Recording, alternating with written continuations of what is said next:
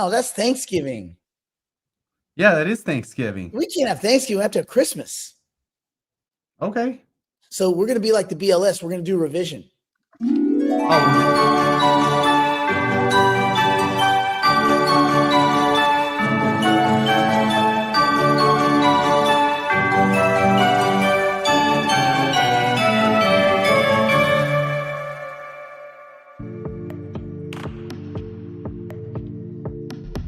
Was fresh.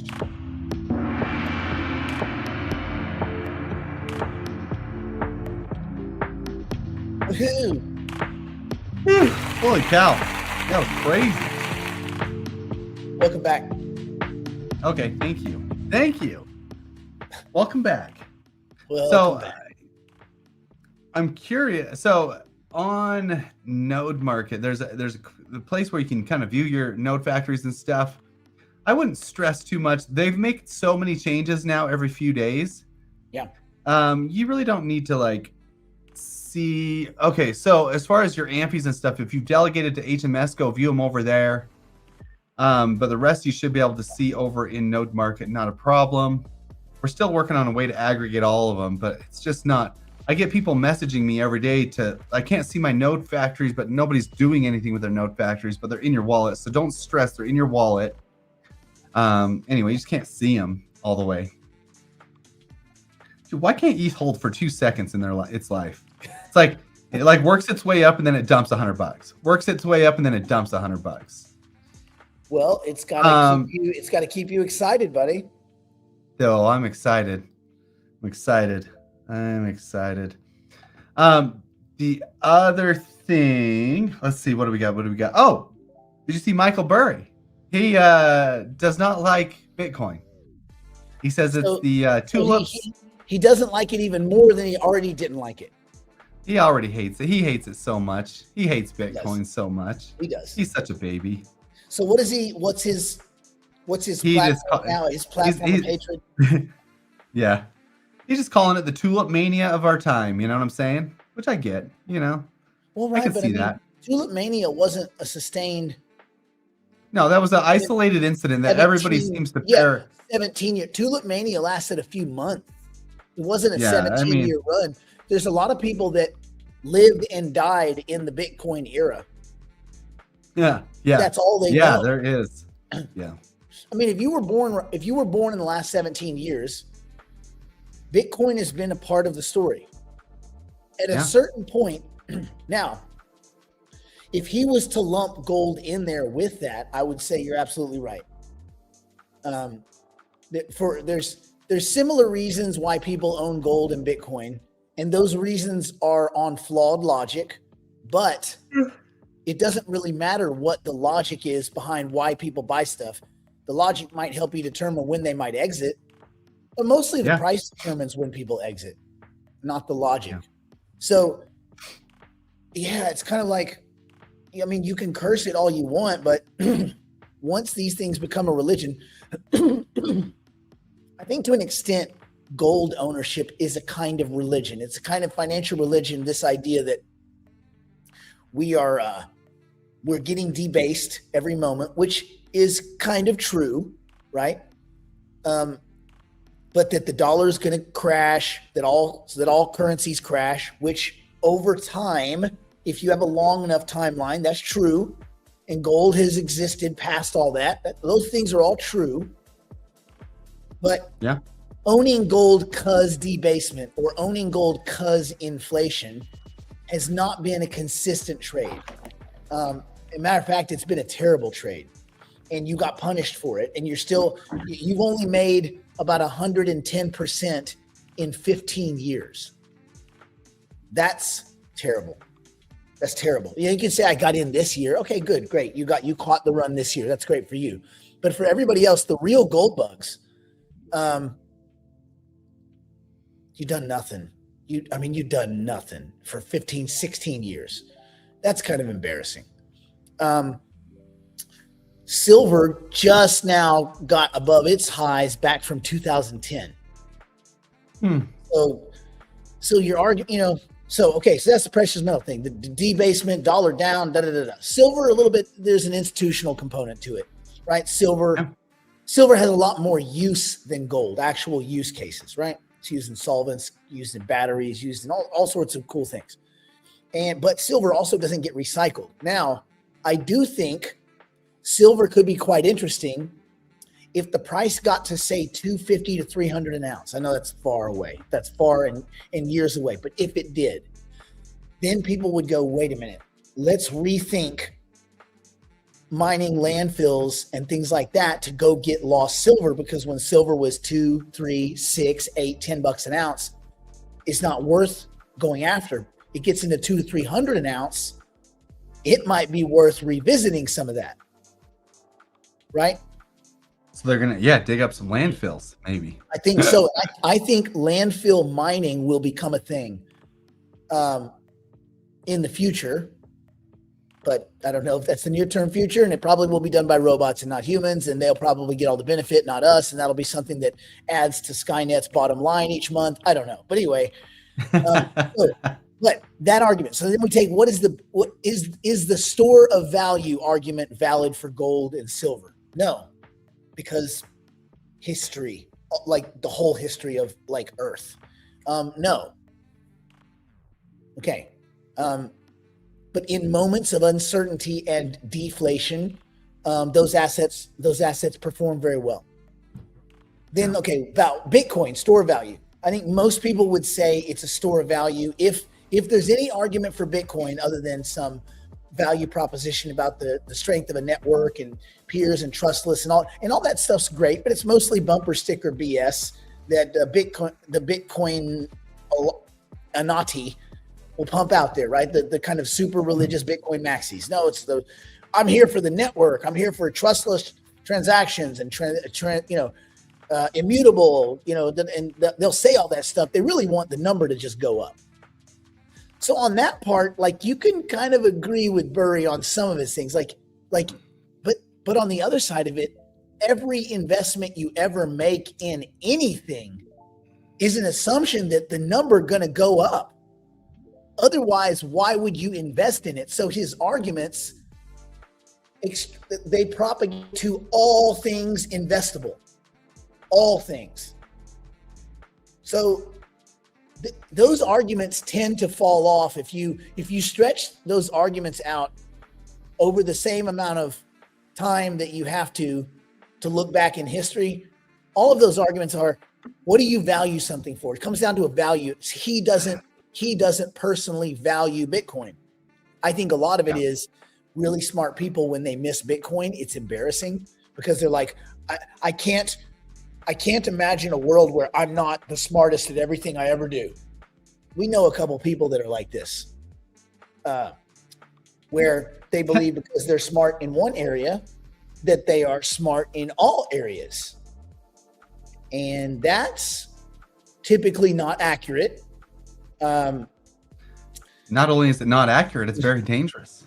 It's very dangerous for a company. It's the overconfidence effect, or what some people call the overgeneralization effect of expertise, or some people will call it expert overreach, right?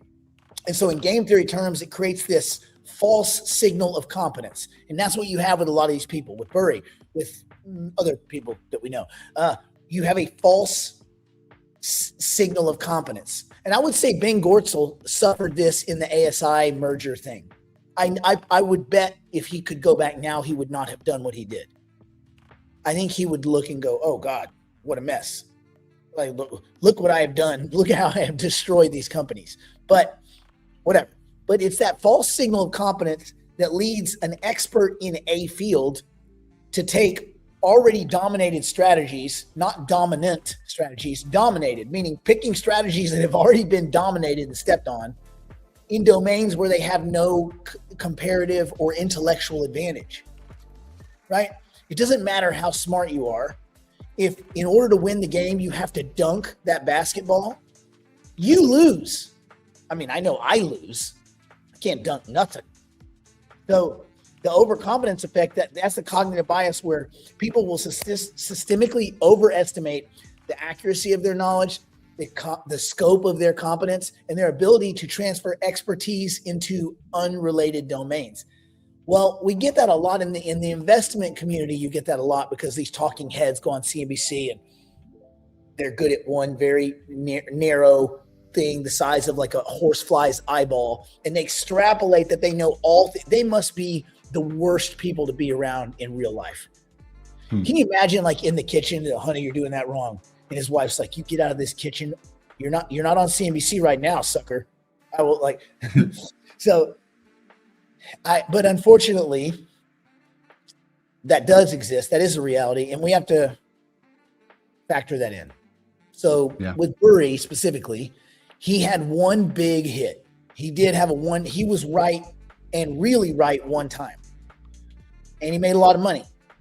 But I think he thinks he's right all the time, regardless of his actual financial track record, which I don't think recently is very good. Well, we went through it one time on the show. I think he's been right specifically like 9 other times. Yeah. Very wrong. Yeah. So very expensively wrong. So you just got to be careful. Which is why it's even more important for everybody to be able to kind of find a way to analyze these markets on their own and to weight information, because very, very noisy world we live in. You have to be able to weight, like not wait, like be patient, but like put on a scale and weigh information, and then you use that to make your decisions. If you don't have the ability to do that, you're just going to be listening to other people and parroting out nonsensical gospel. And you start saying things like tulip bubble and crap like that, which did you know how many people actually went bankrupt during the tulip? Like 12, probably 12. Like it's such a small incident. Small, tiny handful. And as far as big companies, none. Well, yeah, I mean, it's such an isolated, they're taking a sample size of literally like 15 people. Yeah. It's such a joke. Everybody out at a flea market, getting a little bit nutty for a few months. And I mean, I guess if he found a trend that made more sense to like, but I don't know that there's any other 16 or 17 year trends that have pretty much just gone straight up that you can compare it to. Like, I would understand if Bitcoin was at 6,000 still, right? It had made this big run, it came back down, and you could argue, look, man, this thing is a joke. It was just a bunch of people got caught up in it. But it is still the most appreciating asset, percentage-wise, in the history of humanity. Now, who knows? Maybe NVIDIA will outpace it at some point. But as of now, it is the most appreciating asset in human history. So I don't think you can thoughtfully or honestly condemn it to tulip bubbles. Can you say it's a bunch of morons that are religiously buying into some kind of financial propaganda? Yes, you could absolutely say that, because if you look at the higher ups in the Bitcoin community, they're a little bit weird. They're a little bit like uncomfortable. Like I wouldn't want to hang out with them or spend time with them. But that's most crypto, isn't it? You spend time over at Ripple, they're going to steal all your stuff. You come out, you go park at Brad Garlinghouse's house, and after dinner, you get out there, your car's up on blocks, and you look at your rims are on his car. You're like, wait a minute. He's like, I don't know what happened, guys. We were eating dinner, right? So like, most of the people, unfortunately, in the crypto space are kind of scummy. So, there you go. Yeah. Yeah. Did you watch the CZ? Speaking of idiots, Peter Schiff. Oh, you didn't. Did they actually do it? Yeah, they did the debate yesterday at the blockchain week over in. Oh, it was all just bullshit and like. Oh, it was bad. I mean, CZ, unfortunately, like he shouldn't be debating somebody who knows English and can monopolize a conversation like Peter Schiff with his stupidity. The first 10, I watched about the first 8 minutes and just absolutely, I couldn't handle it anymore. But the first 8 minutes was Peter Schiff trying to literally explain to the Bitcoin audience how he was going to tokenize gold and how tokenization works. That was his first 8 minutes. He took that time to explain, see how you normally would have gold represent gold, but I'm going to give you a token and that represents gold. And so you can actually this is not even exaggerating how stupid he sounded. you can take that token, and he was dead serious. Take that token and actually redeem it for gold sometime if you want, or you can just sell the token and trade the token around. Like, okay, so Oh, mind blown. yeah, it's like he acted like he was like, and you know what's interesting is the money that this goes all the way back to Italy, back when the very first people started figuring this out. So he's only about 400 or 500 years late.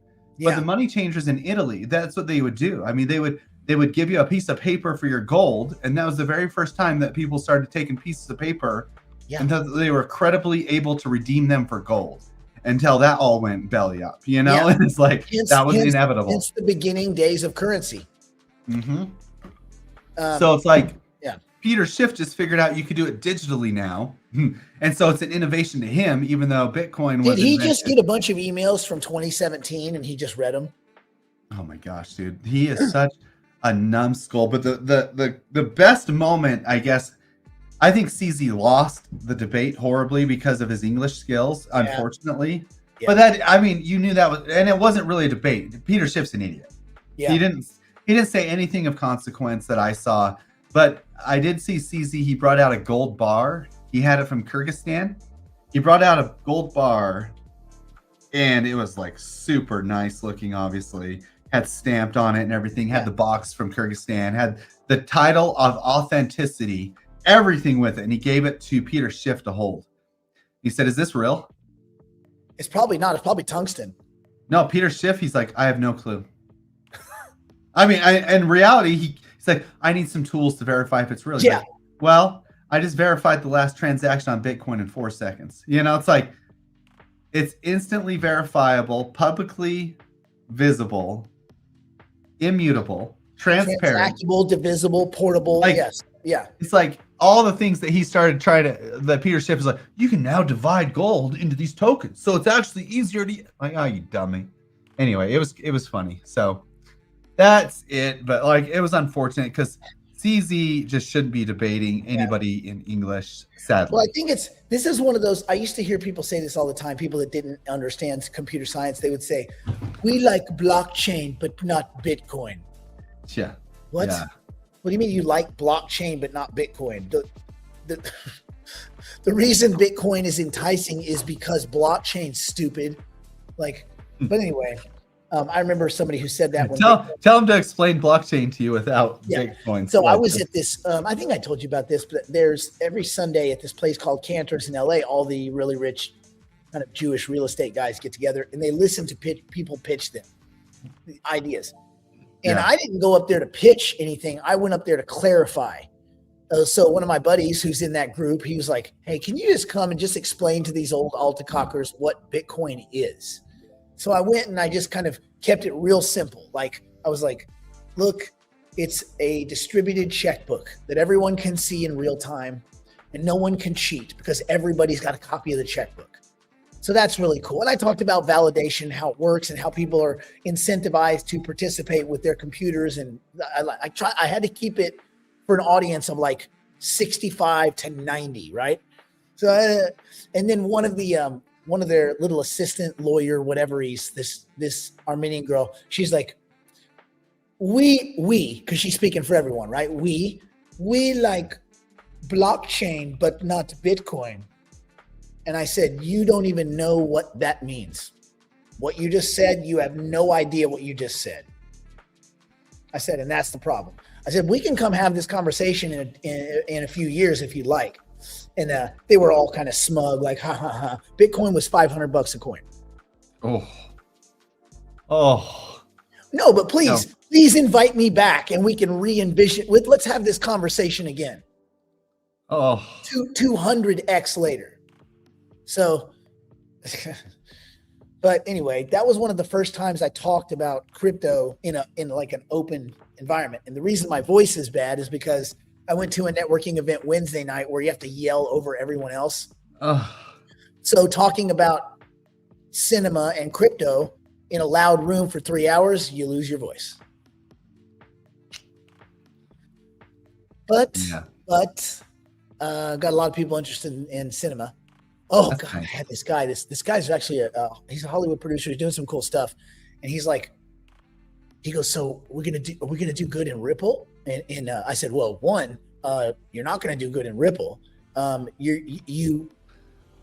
You own XRP, and if you own XRP, I don't know if you're gonna do good. I suspect not.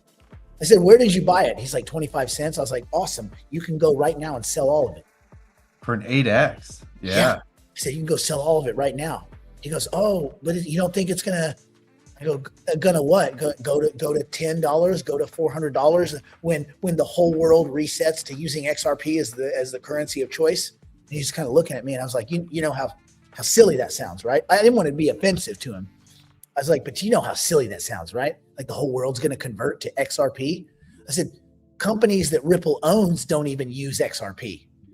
Their own CTO quit Ripple. Their own network, the XRP ledger, doesn't use XRP. No one cares to talk about that either. The XRPL, oh yeah, XRPL, liquidity, all the, yeah. Does it use XRP? No, just like stable coins and stuff.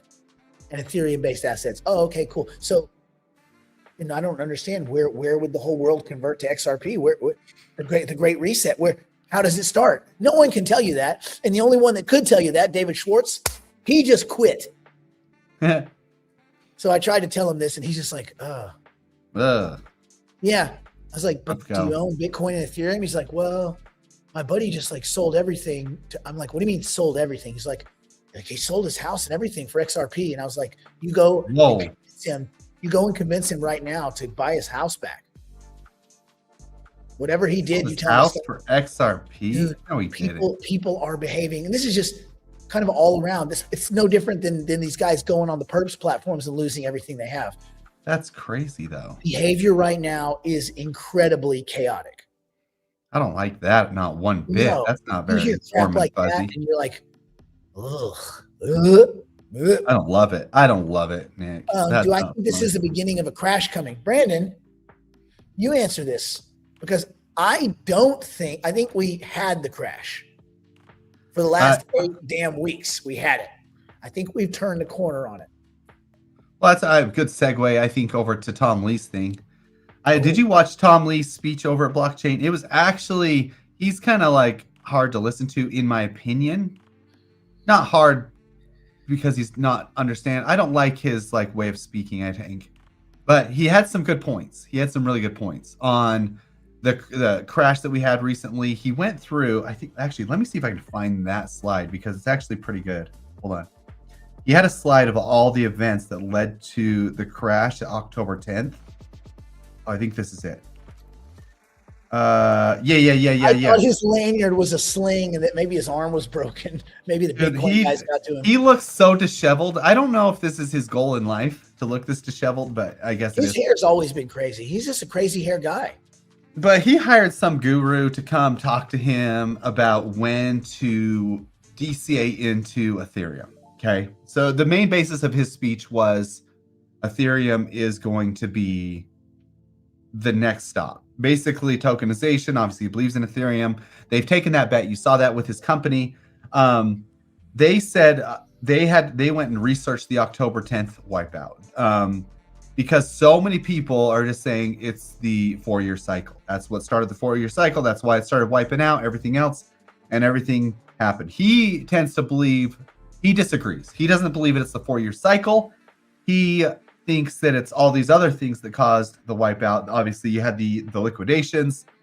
Everybody said the crypto winter starting, the quantum risk FUD and all that stuff. The MicroStrategy risk claiming they're going to sell their Bitcoin. The MSCI index committee trying to exclude the DATs, and then the Tether FUD. All that stuff kind of correlated to what he thinks was this 36% drop. He didn't mention private credit. Yeah, he did not. See, that's another problem. You can't dismiss the macro. I don't think, well, because nothing he really said there has anything to do with outside of crypto. And yes, there's problems in crypto, but that's not what caused this. Yeah, but look at the stock market, man. All-time highs again today. Like, yes, the macro's fine. Well, what I'm saying is the macro story, which started all of this, was right. I mean, again, I don't always agree with Jeff Snyder, but on this one, I do agree. Remember, the markets went into a lot of chaos. It all happened kind of in the same couple of days. You started October 6th, you had a couple of facilities go immediately, like overnight bankrupt. And they were marked to zero. And that created some chaos. You also were at the edge of everybody taking way too much risk in crypto. And so the leverage unwind, right? So I think it was a perfect storm of a lot of stuff. And breakdowns at Binance. Did he mention that? Technical problems at Binance? No, well, he did, but he didn't have it on his graph. Yeah. So that was a huge one. Yeah, that was a huge one. More so because the macro I see is almost like, well, I guess the stock market's fine. I look at people that can't find jobs. Like, right. So I guess that's the thing is we got to remember stock market is not the economy. Yeah, it's true. Stock market's fine. He did go on to explain his buying patterns and stuff. So I guess they did slow down. So they were buying like crazy. They slowed down starting 11-17, and then they're starting to ramp back up again. Because to answer your question in a quick summary here, he thinks that crypto has bottomed. He thinks it absolutely 100% has bottomed. And so they've been buying Ethereum aggressively again. And he went through to basically debunk the 4-year cycle. He thinks that the 4-year cycle was kind of coincidental the first 3 times. And I possibly could have been true. I mean, there was always something that happened. There's a lot of 4-year cycles and stuff. But he goes through and he went through the copper gold ratio of Bitcoin and how typically in the past cycles, copper gold ratio peaked every time the Bitcoin cycle peaked. And this year it has not peaked, is what he said. Well, because copper's been getting wrecked. Yeah. And then he went through the ISM manufacturing. It peaked the last 3 times Bitcoin peaked. The ISM manufacturing index peaked. This time it hasn't peaked. So he's trying to, he's just saying these things to say this time is different. And I do kind of believe that he is right. I don't think we're having a 4-year cycle. I think, we'd had to have a lot of things blow up and a lot of downturns. But his main take on this whole thing is he says Ethereum's bottomed, and this is going to be the number one stop for tokenization going forward. And look at all these companies building on Ethereum. He mentioned all these places, even JP Morgan starting to do crap on Ethereum and everything else. He thinks that we're in a spot where I don't care about his price prediction. He is crazy with his price. He says in 2 months, Bitcoin's going to be 200 grand. Again, he said this yesterday. 200 grand. And I don't know about that, dude. I don't know. But there's no way to know. It was 126 months ago. There is no way to know, but he is very optimistic still that no, it's not crashing.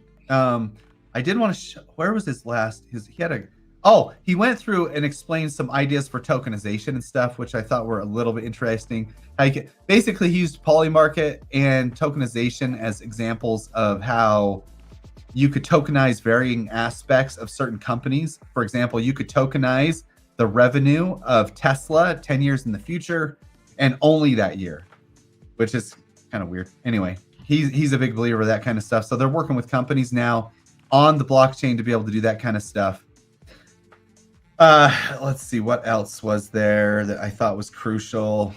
Oh yeah, he loves. You can create a bunch of financial products as long as you find someone that you can sell it to. Okay. The good thing is he did mention the BitMiner, and this is versus MicroStrategy. I think they have like $8 billion worth of debt. And then they have all these financial products about, the strike, all those things that they have to pay dividends on. BitMine has none of that. Yeah. On top of that, they have 0 debt, actually. I don't know how they got all their capital. I guess they just did stock at the money. But basically, they have, they have 0 debt. In addition to that, they are going to be integrating their staking program here in Q1 that's going to generate another $1.2 million a day in revenue. So where Saylor has Bitcoin producing nothing, at least Tom Lee he's securitizing by staking ETH, he's adding security to Ethereum, but by working with the Ethereum Foundation and doing their staking, he's actually generating revenue for his company. So he legit could pay, well, 2% a year or whatever, 3% a year on top of the appreciation of ETH, which, or they could just fund their operations, or they could just buy more ETH or whatever, you know? So like, I think this model is better than Saylor's model because it's Ethereum. So he was very positive on Ethereum.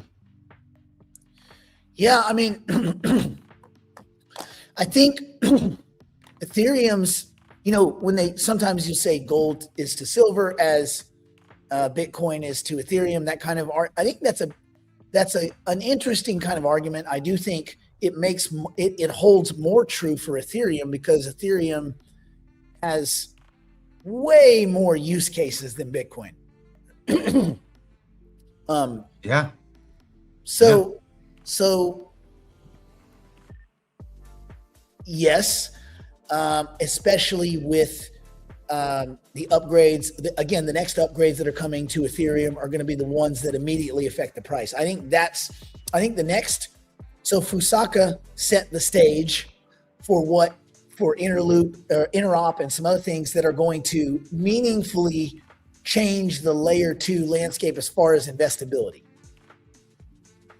So I think a lot of that investment money is going to come back to Ethereum from the investment side. Now,